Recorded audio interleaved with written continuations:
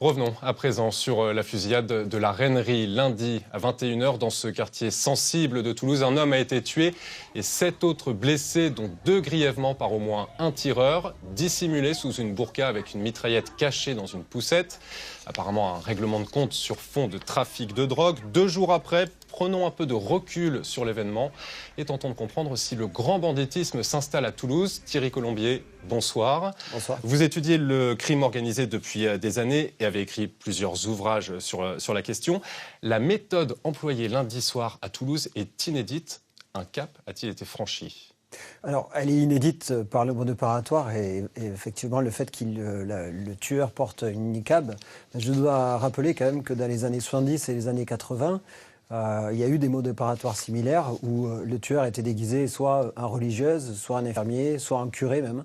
Donc vous voyez, le but c'est de se fondre dans l'environnement et de faire en sorte qu'on puisse passer le plus inaperçu possible, avec surtout le fait de posséder des renseignements sur la cible. Oui, parce que ça dénote donc une certaine préparation quand même avant le passage à l'acte.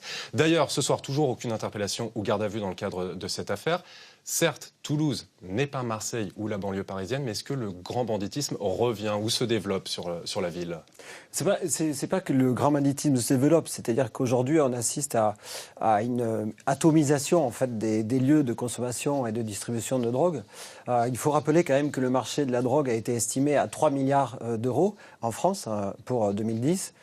Que le cannabis concerne à peu près 80% de cette consommation, de cette estimation. Et 3 milliards, c'est le déficit de la sécurité sociale.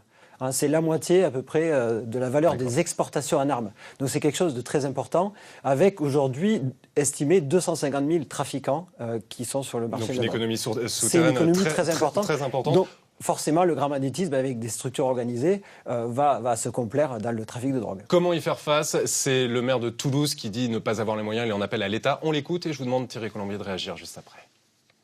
Ce qui vient de se produire rend, je crois, totalement pertinente la demande que j'ai faite, que je fais, que je vais refaire, de davantage de policiers nationaux, davantage de moyens pour la police nationale et davantage de moyens également pour la justice. Le parquet de Toulouse, la justice toulousaine, elle est pauvre en effectifs par rapport aux besoins.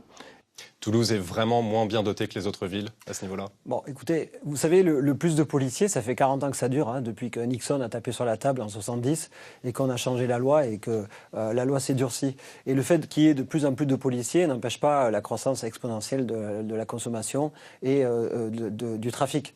Donc je crois que d'abord, il faudrait arriver à faire un audit, peut-être sur le marché, On va rationaliser peut-être l'estimation de tout ce que comporte ce marché-là. Et c'est-à-dire savoir où taper, entre guillemets. Savoir exactement. Vous savez, ceux qui tirent le plus de profit aujourd'hui, ce ne sont pas les caïds des cités, ce sont les traders et les producteurs qui sont au Maroc. Vous savez, donc si on a 2 milliards d'euros qui partent aujourd'hui, il faut bien qu'ils aillent quelque part. Donc il y a un aspect géopolitique qui est très important ici.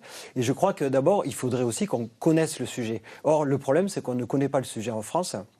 Pour preuve, c'est qu'il n'y a eu qu'une seule étude publiée l'année dernière sur un commerce qui dure depuis 30 ans. Thierry Colombier, merci beaucoup d'être venu nous apporter ces précisions ce soir en plateau. Je rappelle que vous êtes spécialiste du crime organisé. Vous avez d'ailleurs écrit plusieurs ouvrages, dont celui-ci, le dernier, Milou, le portrait d'un truand 50 ans dans le milieu corso marseillais. Merci à vous, Thierry Colombier. Et en plus du